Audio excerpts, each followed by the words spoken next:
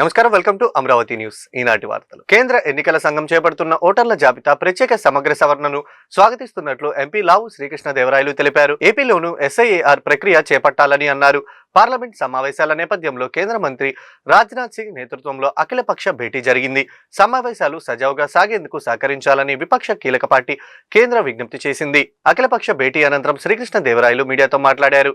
కృష్ణా జిల్లాల పంపిణీ గందరగోళం వల్ల ఏపీ నష్టపోతుందని, దీనిపై పార్లమెంట్ సమావేశాల్లో చర్చించాలని కోరినట్లు చెప్పారు. మీటింగ్ లో తెలుగుదేశం పార్టీ వైపు నుంచి ముఖ్యంగా 7 విషయాలపైన మేము మాట్లాడటం జరిగింది. GST 2.0 కొత్తగా రేట్లు తగ్గించిన తర్వాత ఏ విధంగా అయితే రాష్ట్ర దేశ ఆర్థిక పరిస్థితి మెరుగుపడిందో దానిపైన చర్చించాలి. రైతులకు సంబంధించి ఆంధ్రప్రదేశ్లో ముఖ్యంగా కాటన్ రైతులు, మేజ్ రైతులు, అరటి, ఆక్వా వీరందరికీ సంబంధించిన ఇష్యూస్ పైన మాట్లాడాలని చెప్పి చర్చించాలని చెప్పి కోరటం జరిగింది. ఏదో పెద్ద పెద్ద భారీ మీటింగ్లు పెడుతున్నారు. మీటింగ్లు పెట్టిన తర్వాత చాలా మంది తొక్కిస్లాట్లో చనిపోతా ఉన్నారు. ఆంధ్రప్రదేశ్లో కానీ మిగతా దేశాల్లో కూడా మిగతా రాష్ట్రాల్లో కూడా చూడటం జరిగింది. దానిపైన చర్చ జరపాలి. ఇది ఎలా అరికట్టచ్చు అనేది మనం ముందుకు తీసుకురావచ్చు అని చెప్పి కోరటం జరిగింది. సైక్లోన్ మొంత రాష్ట్రంలో చాలా నష్టం వాటిల్లింది. దానిపైన ఇప్పటికే నివేదిక తయారు చేయడం జరిగింది. రేపో ఎల్లుండో అది హోంమంత్రి గారు కూడా ఇచ్చే కార్యక్రమం చేయబోతున్నాం. అయితే దీనిపైన కూడా మొంత పైన కూడా మేము చర్చించాలదలుచుకున్నాము. అలాగే CAA సమ్మిట్ అద్భుతంగా జరిగింది. అయితే అదే విశాఖపట్నానికి మనం మెట్రో గురించి మనం అడుగుతా ఉన్నాం. దాని గురించి చర్చించాలి. అది రీఆర్గనైజేషన్ యాక్ట్ లో పొందుపరచడం జరిగింది. విశాఖపట్నం మెట్రో, విజయవాడ మెట్రో, దీని రెండింటిపైన కూడా చర్చించాలని చెప్పి మేము కోరటం జరిగింది. అలాగే జల్ జీవన్ మిషన్ సంబంధించి మరీ ముఖ్యమైనది చర్చ జరగాలి. ఈ స్కీమ్ ని మనం ముందుకు ఎలా తీసుకెళ్లాలి, మరింతగా ప్రతి ఒక్క ఇంటికి కూడా కుళాయి నీరు ఇచ్చే కార్యక్రమం ఎలా చేయాలనే దానిపైన కూడా చర్చించాలని చెప్పి కోరటం జరిగింది. కృష్ణానది వాటర్ డిస్ట్రిబ్యూషన్ సంబంధించి రీఆర్గనైజేషన్ జరిగిన తర్వాత ఆంధ్రాకి తెలంగాణ మధ్య నిలిచిపోయిన ముఖ్యమైన విషయాలు ఇది ఒకటి. ఇరిగేషన్ వాటర్ కానీ, డ్రింకింగ్ వాటర్ కానీ ఈ డిస్ట్రిబ్యూషన్ సరైన క్లారిటీ లేనందువల్ల చాలా ఇబ్బంది పడతా ఉన్నాం. పైగా మన టైలెండ్ లో ఉన్నాము. కాబట్టి దీనిపైన చర్చ జరగాలని చెప్పి మేము కోరటం జరిగింది. SIR ఆంధ్రప్రదేశ్లో ఇంప్లిమెంట్ చేయమని మేము కోరుతా ఉన్నాం. ఇప్పుడే తొందరగా తీసుకొని ఎంత ఎర్లీగా అయితే అంత ఎర్లీగా తీసుకుని వచ్చి ఆంధ్ర రాష్ట్రంలో ఇంప్లిమెంట్ చేయమంటా ఉన్నాం. ఎందుకంటే ప్రతి బూత్ లో మీరు అందరూ చూస్తూ ఉన్నారు. ఏ బూత్ లో చూసినా కానీ ఏదో ఒక విధంగా కొన్ని ఓట్లు అయితే చనిపోయిన వారి ఉంటామో, లేకపోతే డబుల్ ఓట్లు ఉంటామో ప్రతి బూత్ లో ఉన్నాయి. కాబట్టి వాటన్నిటినీ కూడా సరిగ్గా పద్ధతిలో అన్ని పార్టీలను కూడా కూర్చోబెట్టి, అన్ని పార్టీలు బిఎల్ఓలను కూడా కూర్చోబెట్టి చాలా ట్రాన్స్పరెంట్. ఏపీ రాజధాని అమరావతిలో ప్రపంచ స్థాయి అండర్ గ్రౌండ్ పవర్ ఇన్ఫ్రాస్ట్రక్చర్ ఏర్పాటు చేస్తున్నట్లు మంత్రి లోకేష్ తెలిపారు. అండర్ గ్రౌండ్ పవర్ ఇన్ఫ్రాస్ట్రక్చర్ వేగంగా రూపుదిద్దుకుంటుందని చెప్పారు. భూగర్భంలో హై టెన్షన్ లైన్లు వేయడం ద్వారా భద్రత పెరుగుతుందని వివరించారు. భవిష్యత్ అవసరాలను దృష్టిలో ఉంచుకొని అమరావతిని నిర్మిస్తున్నట్లు చెప్పారు. అత్యాధునిక మౌలిక వస్తువుల నగరంగా అమరావతి ఎదుగుతుందని అన్నారు. ప్రపంచ స్థాయి ప్రమాణాలతో అమరావతి రూపుదిద్దుకుంటుందని లోకేష్ X లో పోస్ట్ చేశారు.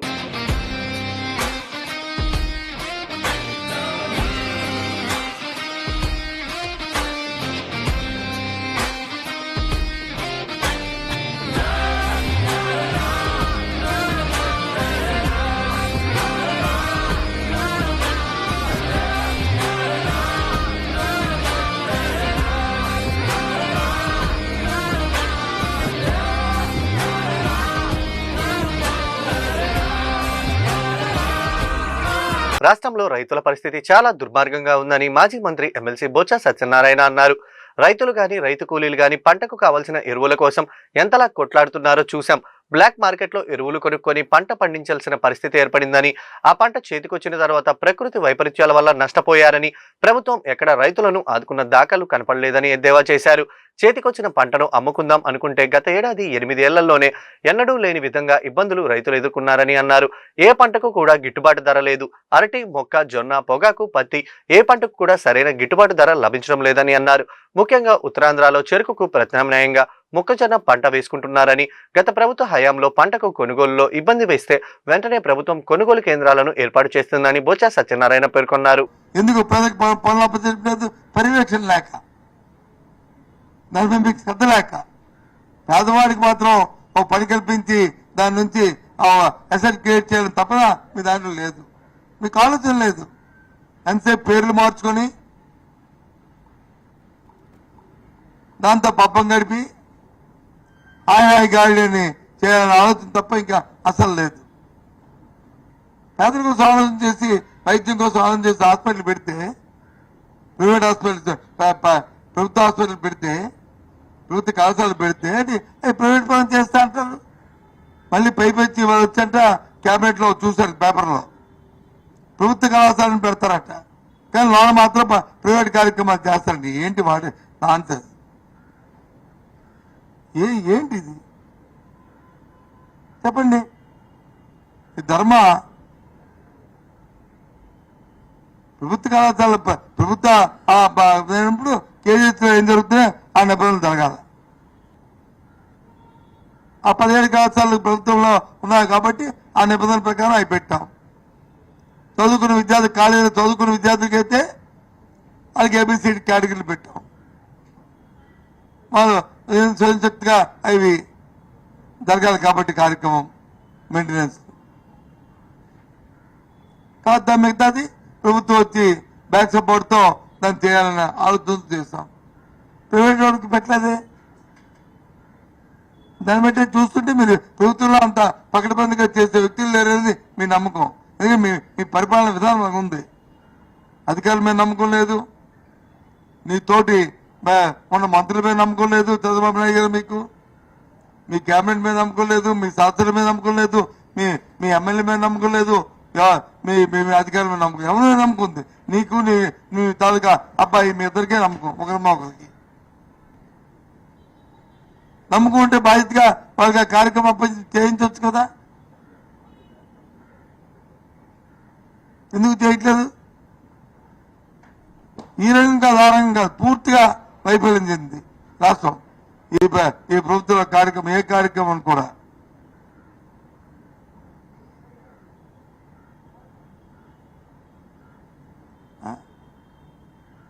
గిరిజన ప్రాంతాల్లో అమరావతిని అడ్డం పెట్టుకుని చంద్రబాబు దోచుకుంటున్నారంటూ వైఎస్ఆర్సీపీ నేత మాజీ మంత్రి అంబటి రాంబాబు మండిపడ్డారు. తాడేపల్లిలోని వైఎస్ఆర్సీపీ కేంద్ర కార్యాలయంలో శనివారం ఆయన మీడియా సమావేశంలో మాట్లాడుతూ అమరావతికి అసలైన విలన్ చంద్రబాబే అడ్డగోలుగా భూదోపిడీ చేస్తూ వేల కోట్లు వెనకేసుకుంటున్నారని అన్నారు.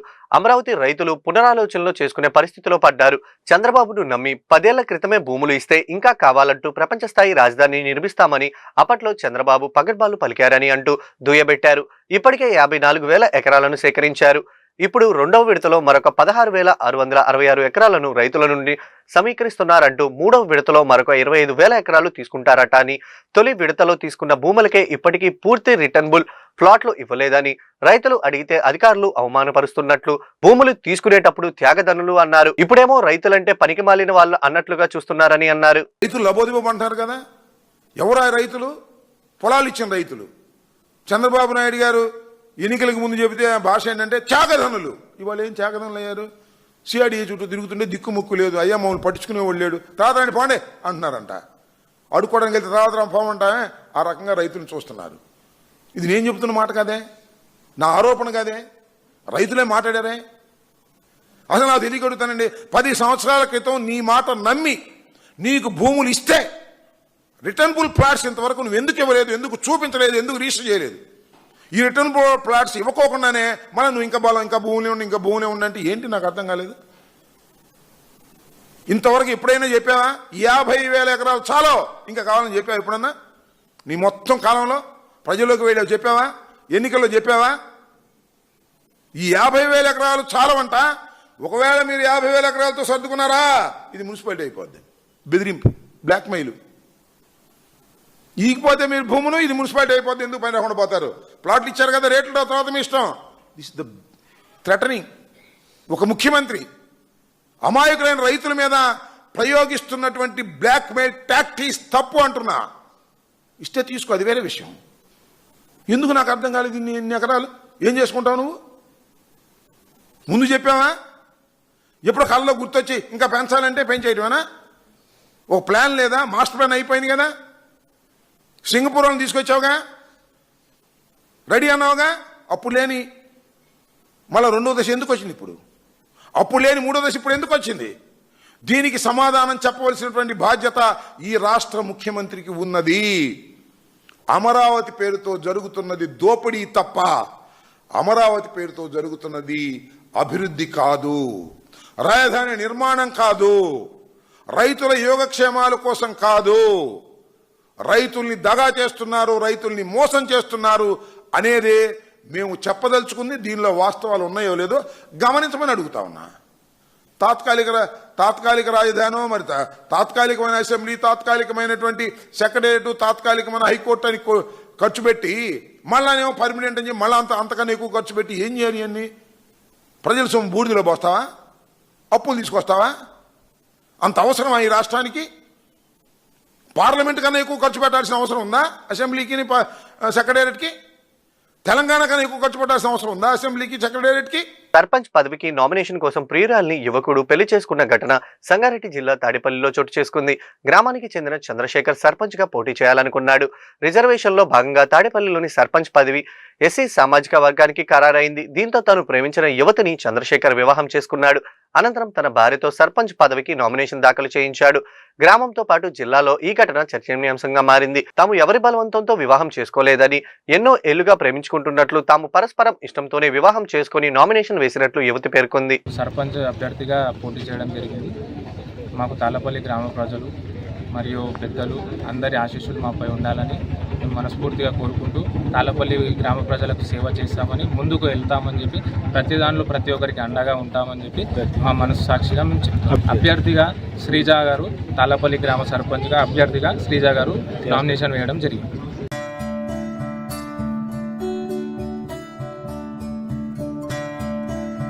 విమానంలో శబరిమల వెళ్లే అయ్యప్ప స్వామి భక్తులకు శుభవార్త. శబరిమల దర్శనానికి వెళ్లే అయ్యప్ప స్వాములకు విమాన ప్రయాణ సమయంలో తమ పవిత్ర ఇరుముడిని, కొబ్బరికాయలతో సహా ఇప్పుడు చేతి సామాన్లతో పాటు తమతో పాటు తీసుకువెళ్లే విధంగా ప్రత్యేక వెసులుబాటు కల్పిస్తూ కేంద్రం నిర్ణయం తీసుకుంది. ఈ మేరకు పౌర విమానయాన శాఖ మంత్రి కింజరాపు రామ్మోహన్ నాయుడు ప్రకటన విడుదల చేశారు.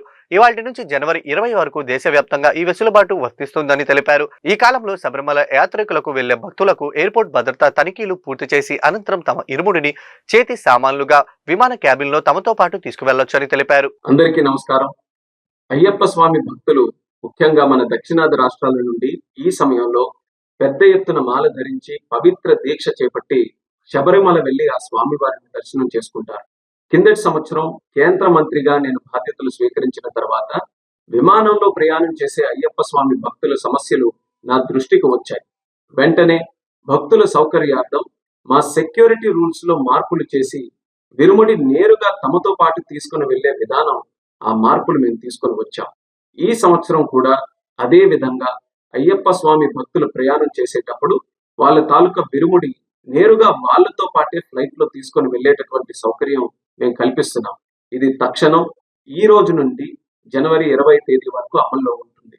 అంటే మండలం నుంచి మకర విలక్కు కాలం వరకు కూడా ఈ సౌకర్యం అయ్యప్ప స్వామి భక్తుల్ని దృష్టిలో పెట్టుకొని కల్పించడం జరుగుతుంది.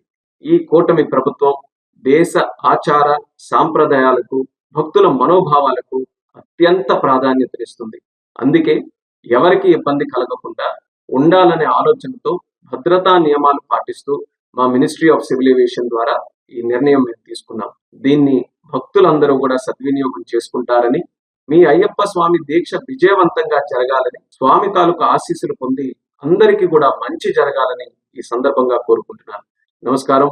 ఓం స్వామియే శరణమయ్యప్ప. టీడీపీతోనే కురుబులు మేలు జరుగుతుందని రాష్ట్ర బీసీ ఈడబ్ల్యూఎస్ సంక్షేమ చేనేత మరియు జౌళి శాఖ మంత్రి ఎస్ సవిత తెలిపారు. గుంటూరు నగరంలో ఓ కన్వెన్షన్ సెంటర్ లో గుంటూరు జిల్లా కురుమ సామాజిక గుంటూరు జిల్లా నూతన కమిటీ సభ్యుల ప్రమాణ స్వీకారోత్సవంలో మంత్రి సవిత, ఎమ్మెల్యే నజీర్ అహ్మద్, విమలక్క పాల్గొన్నారు. ఈ సందర్భంగా మంత్రి సవిత మాట్లాడుతూ విద్యతో కురుబుల రాజకీయ మరియు ఆర్థిక సామాజిక గుర్తింపు సాధించవచ్చని వెల్లడించారు. టీడీపీతోనే బీసీలకు అన్ని విధాల మేలు జరుగుతుందని స్పష్టం చేశారు. టీడీపీని స్థాపించిన తొలి నాళ్లలోనే అన్న ఎన్టీఆర్ కురుములకు రాజకీయ ప్రాధాన్యత కల్పించారని అన్నారు. తన తండ్రి మాజీ మంత్రి ఎస్ రామచంద్రారెడ్డిని రాజకీయంగా ఎంతో ప్రోత్సహించామని అన్నారు. అన్న ఎన్టీఆర్ సీఎం చంద్రబాబు రాజకీయ ప్రభుబలంతో తన తండ్రి 14 శాఖలకు మంత్రిగా పనిచేశారని అన్నారు. ఆనాటి నుండి కురుమలకు టీడీపీ రాజకీయ అండదండలు అందిస్తూ వహిస్తుందని అన్నారు.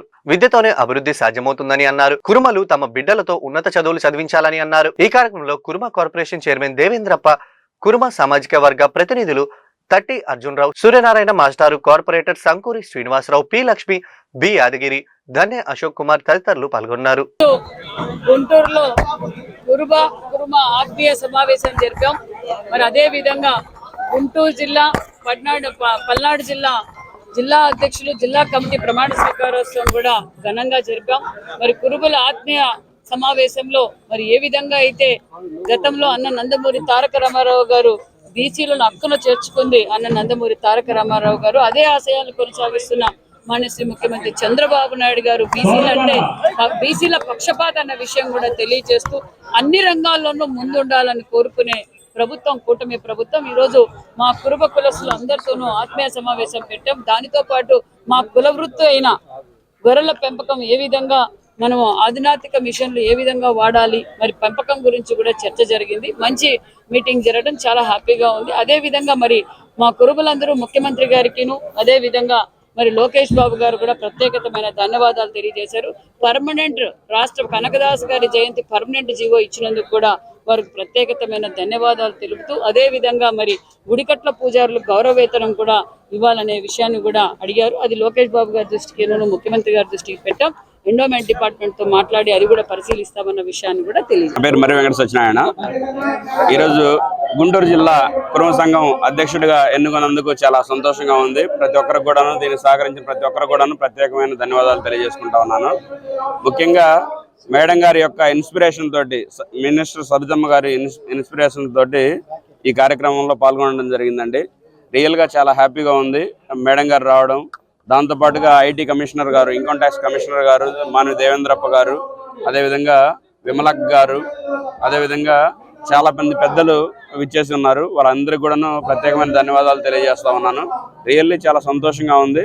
అండ్ ఈరోజు ఈ ఆత్మీయ సమ్మేళనాన్ని ప్లస్ ఈరోజు మా ప్రమాణ స్వీకారాన్ని పెట్టుకున్న కారణం ఏంటంటే, ముఖ్యంగా కురుమ కులస్తుల యొక్క భవిష్యత్తు గురించి ఒక పునాది పడాలి, ఒక ఉద్దేశంతో ఉనికిని చాటుకోవాలి, ఇక్కడ మా గళాన్ని వినిపించాలి అన్న ఒక ఉద్దేశంతో దీన్ని స్టార్ట్ చేయడం జరిగిందండి. ఇది భవిష్యత్తులో చాలా భారీ ఎత్తున దీన్ని తీసుకెళ్తాము. అండ్ ఇక్కడ లీగల్ టీమ్స్ కానివ్వండి, ఇప్పుడు ఎడ్యుకేషనల్ టీమ్స్ కానివ్వండి, డిఫరెంట్ వింగ్స్గా ఫామ్ అయ్యి ప్రతి ఒక్కరు కూడాను కులం కోసం నిలబడటానికి చాలామంది పాటుపడడానికి సిద్ధంగా ఉన్నారు. సో వారి సేవల్ని ఉపయోగించుకోవాలని చెప్పి మా కుల బాంధవులందరికీ ఈ మీడియా ముఖంగా వారందరికీ కూడా తెలియజేస్తా ఉన్నాను. రియల్గా వారందరి కోసం నిలబడటానికి మాకు ఈ అవకాశం కలిగినందుకు మాకు చాలా సంతోషంగా ఉంది. మా టీం అంతా కూడాను ఆల్మోస్ట్ 54 మందితోటి గుంటూరు జిల్లాలో టీం ఫామ్ చేశామండి. వారందరూ కూడాను చాలా అంటే ఎడ్యుకేషన్ పరంగా కావచ్చు, ఆర్థికంగా కావచ్చు, అన్ని విధాలుగా వెల్ ఎస్టాబ్లిష్డ్ పీపుల్ అందరూ కూడాను కలిసి one cream of people one ప్లేస్లో ఫామ్ అయ్యారు. సో వారందరూ కూడాను మోటో ఒకటే, మన వారందరికి కూడాను మనం ఆర్థికంగా, రాజకీయంగా అండ్ సామాజికంగా డెవలప్ చేయడానికి, భవిష్యత్తులో వాళ్ళ కోసం నిలబడటానికి ప్రతి ఒక్కరు కూడా సిద్ధంగా ఉన్నామని చెప్పి తెలియజేస్తా ఉన్నారు. అలా ఆ విధంగా నిలబడటానికి ముఖ్యంగా మా టీం అందరికి కూడా ప్రత్యేకమైన ధన్యవాదాలు తెలియజేస్తా ఉన్నాను. మాతో పాటుగా అనగారండి మాతో పాటుగా పల్నాడు జిల్లా టీం కూడా ఫామ్ అయిందండి. ఈ రీసెంట్గానే పల్నాడు జిల్లా టీం ఫామ్ చేశాము. అదేవిధంగా బాపట్ల టీం ఫామ్ చేశాము. అండ్ ప్రకాశం జిల్లా టీం కూడా గ్రామ కమిటీలన్నీ కంప్లీట్ అయిపోయాయి. ప్రకాశం జిల్లాలో కూడాను టీం ఫామ్ చేయబోతున్నాం. అంటే అన్ని జిల్లాల నుంచి సార్ అన్ని గ్రామాల నుంచి వచ్చారండి. గుంటూరు జిల్లా నుంచి అన్ని గ్రామాల నుంచి వచ్చారు. అదేవిధంగా ప్రకాశం జిల్లా నుంచి వచ్చారు, బాపట్ల నుంచి వచ్చారు. అతని జిల్లా కురుమ కమిటీ ప్రమాణ స్వీకార మహోత్సవ కార్యక్రమం పొన్నూరు రోడ్లోని శ్రీ స్క్వేర్ కన్వెన్షన్ హాల్లో ఘనంగా నిర్వహించడం జరిగింది. ఈ కార్యక్రమంలో ముఖ్య అతిథులుగా మంత్రి సవిత, ఎమ్మెల్యే నజీర్ అహ్మద్ హాజరయ్యారు. అనంతరం మంత్రి సవిత మీడియాతో మాట్లాడుతూ మాజీ ముఖ్యమంత్రి వైఎస్ జగన్మోహన్ రెడ్డిపై హాట్ కామెంట్స్ చేశారు. కల్తీ మద్యం కావచ్చు, కల్తీ నెయ్యి కావచ్చు, బాబాయ్ రప్పారప్ప కావచ్చు, దోపిడీకి నిదర్శనం ఎవరో మనందరికీ తెలుసని అన్నారు. వైసీపీ పార్టీకి ఈ రోజు బీసీలు, గుళ్ళు, రైతులు గుర్తుకు వస్తున్నారని, మరి అధికారంలో ఉన్నప్పుడు గాలిలో తిరుగుతున్నప్పుడు గుర్తుకు రాలేదా? జగన్ గాలిలో తిరిగితే కింద చెట్లు కొట్టేసేవారని ఎద్దేవా చేశారు. జగన్మోహన్ రెడ్డిలా మేం రెచ్చగొట్టలేదంటూ గుడికి పోయినా, శబరిమలకు పోయినా, కోర్టుకు పోయినా, పెళ్లికి పోయినా రప్పారప్ప అంటూ ఫ్లెక్సీలు ఎవరిని రెచ్చగొడుతున్నారని మీరు ప్రజలను చూస్తున్నారని అన్నారు. 11 సీట్లు కనుమరుగైపోతున్నాయని, ఆ విషయాన్ని జగన్మోహన్ రెడ్డి తెలుసుకునే ఇప్పటికీ బీసీ కార్డు వాడుతున్నాడని, రైతులు గుర్తించి మాట్లాడతానని విమర్శించారు. జగన్మోహన్ రెడ్డి సభకు వచ్చి ప్రజల సమస్యలపై మాట్లాడటానికి, ప్రజల కోసం పోరాటం చేయడానికి మేం మైకు ఇస్తామని తెలిపారు. దొంగలను వదిలిపెట్టమని, ఇప్పుడు మాత్రమే బీసీ కార్డు వాడతారా అని ప్రశ్నించారు. రోజు కల్తీ మద్యం కావచ్చు, కల్తీ నెయ్యి కావచ్చు, బాబాయ్ రపరపా కావచ్చు, మరి దోపిడీకి నిదర్శనం ఎవరో మనం అందరం చూసాం. అంటే దొంగల్ని వదిలిపెట్టమని అప్పుడు మాత్రమే బీసీ కార్డు వాడతారా? వైసీపీ పార్టీ గతంలో 5 సంవత్సరాలుగా బీసీల ద్రోహి వైసీపీ పార్టీ 5 సంవత్సరాలుగా బీసీలు ఏ విధంగా ఇబ్బంది పెట్టారో, బీసీలు ఏ విధంగా బీసీ బిడ్డలను హత్య చేసినప్పుడు మరి జోగి రమేష్ గారికి బీసీ కార్డు గుర్తురాలా, జగన్మోహన్ రెడ్డి గారికి గుర్తులా? తప్పు చేసిన వాళ్ళు కోర్టు తన పని తాను చేసుకుంటూ పోతుంటే బీసీ కార్డు గుర్తిస్తుంది. బీసీ పిల్లలు చదువుకున్న బీసీ హాస్టల్స్ గురించి మరి జోగి రమేష్ గారికి వైసీపీ పార్టీ మరి రాష్ట్ర వ్యాప్తంగా బీసీలు ఏ విధంగా ఇబ్బంది పెట్టారో తెలుసు. ఇది బీసీల కూటమి ప్రభుత్వం. ఈ రోజు మరి నేను ఈ రోజు బీసీ శాఖ మంత్రిగా తెలియజేస్తున్నా, ఈ రోజు బీసీ హాస్టల్స్ కావచ్చు, బీసీ గురుకుల పాఠశాలలు కావచ్చు, బీసీలను గౌరవించే ప్రభుత్వం. మరి ఈ రోజు బీసీ బిడ్డలు చదువుకోవాలనే ఉద్దేశంతో మొన్నటి రోజున మెగా డిఎస్సి ఇచ్చాం. మెగా డిఎస్సి ఇచ్చిన తర్వాత ప్రతి డిస్ట్రిక్ట్ లోనూ మెగా డిఎస్సి కోచింగ్ సెంటర్లు పెట్టాం. మరి అంతేకాకుండా మళ్ళీ సివిల్ సర్వీస్ కోచింగ్ ఇస్తున్నాం. మళ్ళీ ఈ రోజు civil service coaching second phase civil service coaching కూడా మొదలు పెట్టాం. అనేక అభివృద్ధి కార్యక్రమాలు చేస్తున్నాం. బీసీ బిడ్డలు చదువుకోవాలన్నదే ముఖ్యమంత్రి గారి లక్ష్యం. అదే అడుగులో వెళ్తున్నాం అన్న విషయాన్ని కూడా మీకు తెలియజేస్తున్నాం. వైసీపీ పార్టీ ఈరోజు బీసీలు గుర్తొస్తారు, మరి గుళ్ళు గుర్తొస్తాయి, రైతన్నలు గుర్తొస్తారు. మరి పరిపాలనలో ఉన్నప్పుడు అన్ని గాల్లో తిరిగినప్పుడు వీళ్ళు ఎవరు గుర్తురాలా? ఆయన గాల్లో తిరిగితే కింద చెట్లు కొట్టాలా. ఈరోజు మేము క్లారిటీగా ఉన్నాం. జగన్మోహన్ రెడ్డి లాగా మేము రెచ్చగొట్టలేదు. గుడికి పోయినా జగన్మోహన్ రెడ్డి గారు రపరపడ్డ. అదేంటి, శబరిమల కూడా రెపరెప ఫ్లెక్సీలు, కోర్టుకు పోతే రెపరెప ఫ్లెక్సీలు, గుడికి పోతే రెపరెప ఫ్లెక్సీలు, పెళ్లికి పోతే రెపరెప ఫ్లెక్సీలు. ఎవరిని రెచ్చగొడుతున్నారు? ప్రజలందరూ చూస్తున్నారు. ఆ 11 సీట్లు కూడా కనుమరుగైపోతున్నాయి అన్న విషయం తెలుసుకొనే జగన్మోహన్ రెడ్డి ఈ రోజు ఎక్కడ లేని బీసీ కార్డు వాడతాడు. ఎక్కడ చూసినా రైతుల గురించి కొడతాడు. మేము క్లారిటీగా ఉన్నాం. మరొక్కసారి జగన్మోహన్ రెడ్డి గారికి ఈ మీడియా ద్వారా తెలియజేసేది ఒకటే, సభకు రమ్మనండి, దగ్గరలో అసెంబ్లీ జరుగుతుంది. ఆయన ఏ అంశమైనా మాట్లాడడానికి మైక్ ఇస్తాం. గౌరవంగా మహిళల్ని ఎక్కడ అసభ్యకరంగా మాట్లాడినారు మా ముఖ్యమంత్రి గారు. కాబట్టి సభకు వచ్చి ఆయన ప్రజల కోసం పోరాటం చేయడానికి మేము మైక్ ఇస్తామన్న విషయాన్ని కూడా ఈ వార్తలు ఇంతటితో సమాప్తం. తిరిగి మరో బులెటిన్లో మళ్ళీ కలుద్దాం. నమస్కారం.